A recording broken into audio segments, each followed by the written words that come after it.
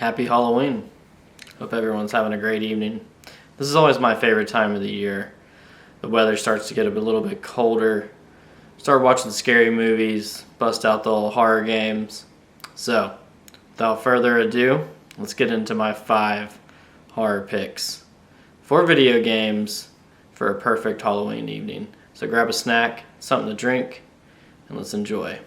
Coming in at number 5, I'm going to have to go with Until Dawn. Now, I'm sure a lot of you have heard of Until Dawn, or maybe even played it, but it's one of those classic games you can kind of play over and over again because there's so many different scenarios and different outcomes you can come up with. It's kind of it is a walking simulator, isn't kind of a walking simulator, but it has those vibes of kind of like a 90s horror film. So if you're like a big Scream fan, or I Know What You Did Last Summer, any of those kind of, I guess you could call it like a B movie horror film, but it's just a fun game. I wouldn't really say it's very scary. It does have tense moments, and a lot of the times I would say that's because each decision you make kind of determines the outcome. So you don't have a whole lot of options for defending yourself or necessarily fighting off someone. It's all depending on what you decide to do in that split second, where it tells you to go left or right, or take the safe way or the fast way. And I think that's really cool.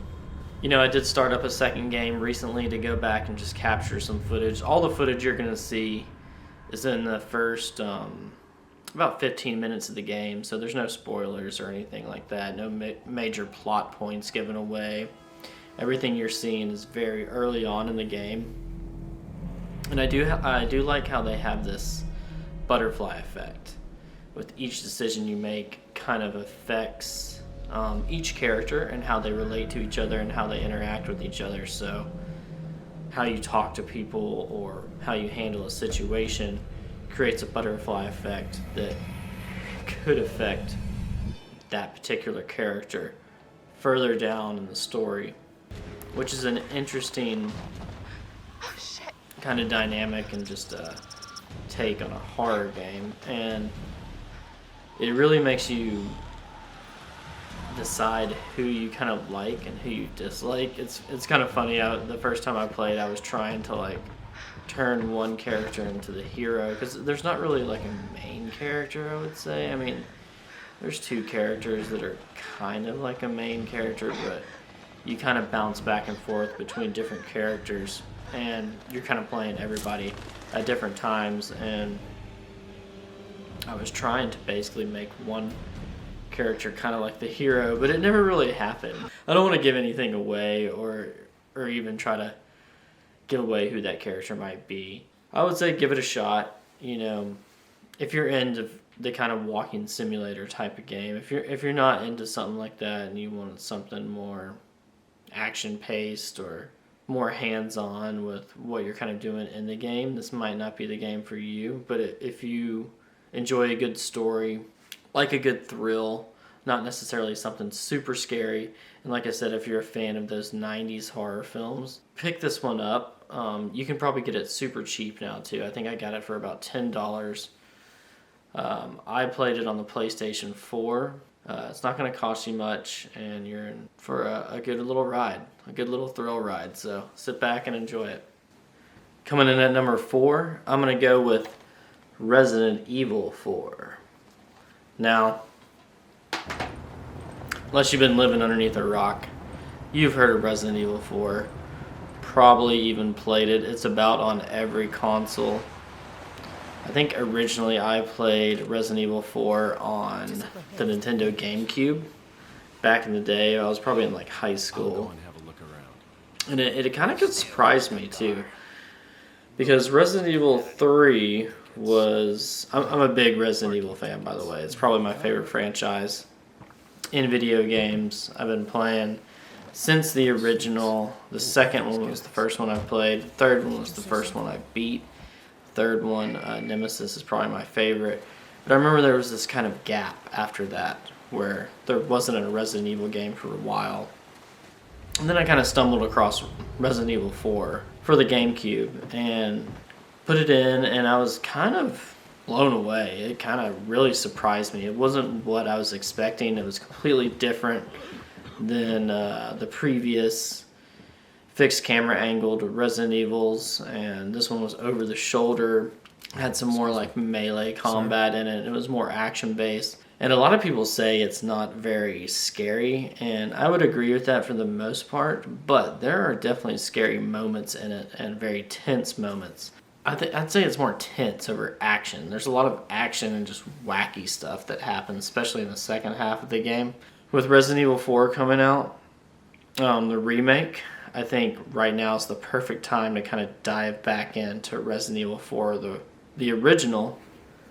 Super easy to get your hands on a digital copy or play it on Steam or Xbox or PlayStation, or you can even play it on Nintendo with the Switch.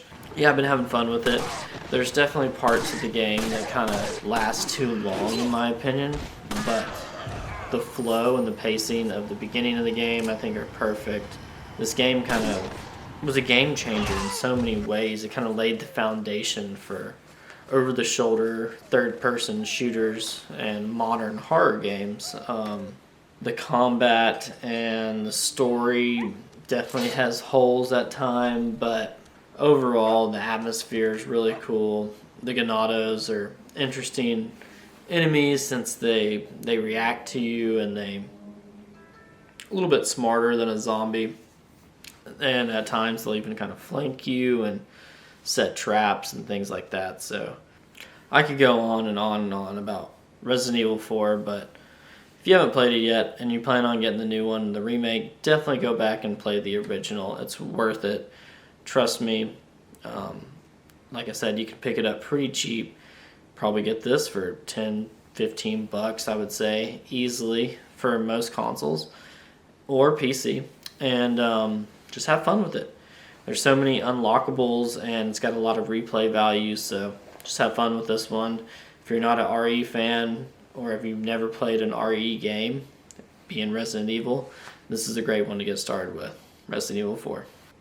Coming in at number 3, we have the original Little Nightmares. The first one, not the second one. The reason why I went with the first one is because, honestly, I think it's a little bit creepier. The puzzles, I feel like, were a little more challenging at time. I do like the aspect in the second one, how you're working with someone else and there's kind of like that team element. But I just love that kind of like creepy vibe of the first game. It's kind of like the people trying to eat you, and they're eating all that disgusting food, and you're kind of crawling at their feet and stuff like that. And once again, all the footage you're seeing in the gameplay right here is very early on in the game. It's all within the first 15 minutes. I never want to spoil anything. I want to give people an opportunity to experience it for themselves. So Little Nightmares is definitely a fun little creepy platforming type game with puzzle solving aspects to it, and the puzzles are really challenging at time and really make you think. I mean, you'll be in a room and kind of just like out of ideas of like, what the hell do I do? And there were times where you literally just have to, think, what can I physically interact with in this room, and what have I not interact with in this room so far, to figure out what is the option left to solve this puzzle. Like, you literally have to use everything in the room. You have to grab everything in the room, pick it up, move it, turn it, throw it, and just until you figure it out. And I love the fact that it challenges you in that way. And there's some pretty like creepy enemies, and in the story itself, there's a lot of like hidden things within the story and theories online, and there is some pretty graphic stuff. So I will give some warnings about this game. There are some graphic things that might upset some people, so just keep that in mind and do a little bit of research on the game before you jump into it. Nothing too crazy, just wanted to kind of throw that warning out there that there are some scenes and some rooms that will bother people, I would say, if you kind of have not weak skin, but just, I don't know, you're sensitive towards certain things.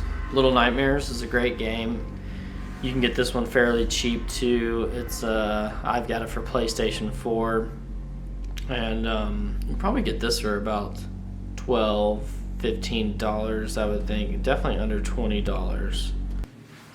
It does have some replay value to go back in and just discover new things. You unlock new costumes, and yeah, it's just a fun little quick game.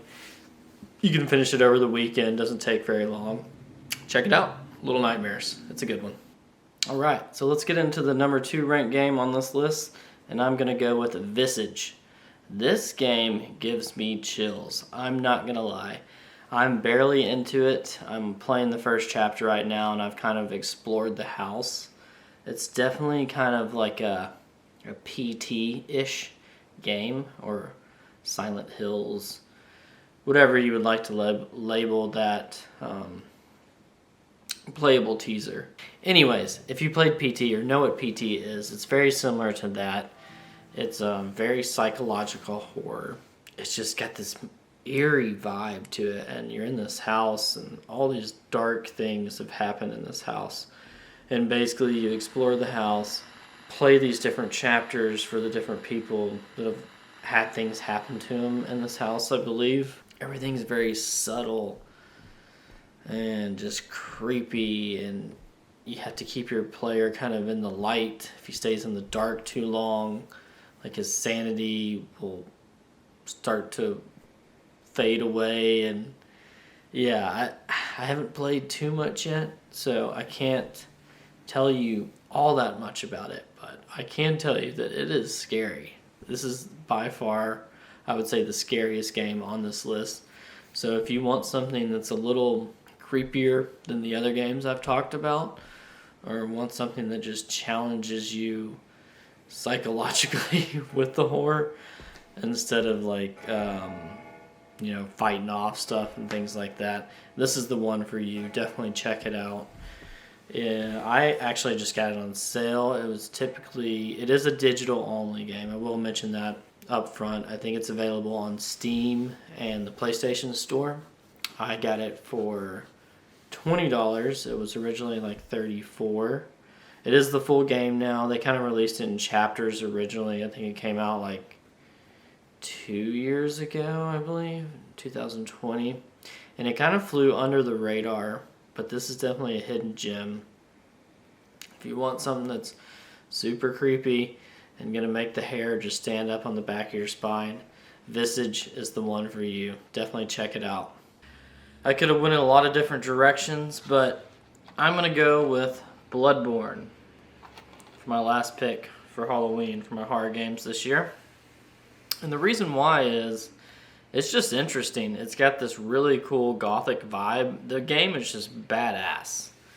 I'm not going to lie, it's very challenging. I'm just getting into it. I'm barely just scratching the surface with this game. They kind of just jump you right into it too. Not a whole lot of story from the beginning to get started with. You're kind of just thrust into the game itself, which is cool. I dig that. I'm sure it's going to open up a little bit more as I advance into the game. But so far, overall, I'm having a blast with it. It's got this really cool gothic aesthetic. Werewolves and vampire type vibes and skeletons and bone. Creepy old guys trying to slash you down with these big axes and stuff like that. So far, I have like a pistol and this giant axe, and the combat's very challenging. Kind of reminds me God of War 2018. I mean, the combat's very different, but the challenging aspect of it. I'm dying a lot so far. I'm not very good at this game so far. You can kind of like roll and dodge out of the way. There's like this little hop step I learned how to do and things like that. But if you miss a few times and kind of leave yourself out there vulnerable for attacks, you will die quickly. And it doesn't take a lot of damage to kill you, especially at the beginning. I'm sure as you kind of advance into the game, you can level up your character. I did get a little bit of health So it's kind of got some RPG elements to it. I don't know too much about Bloodborne yet, but I think the further I get into this game, it's really going to be interesting to see what kind of bosses you might have to fight, or how you can advance your character, and you can like chain your attire and all this stuff too. I gave him like a cool. My dude's got this kind of like pirate vibe going on. This like pirate hat thing. You start off with this like hood, cloaked figure, and my guy's got like long hair and a beard. So you can customize your character and stuff like that. So if you're into something like that, definitely give it a shot. I think it's a perfect game for Halloween if you just want to run around and slash and dash some people, some monsters, and just nasty things. So check it out, Bloodborne.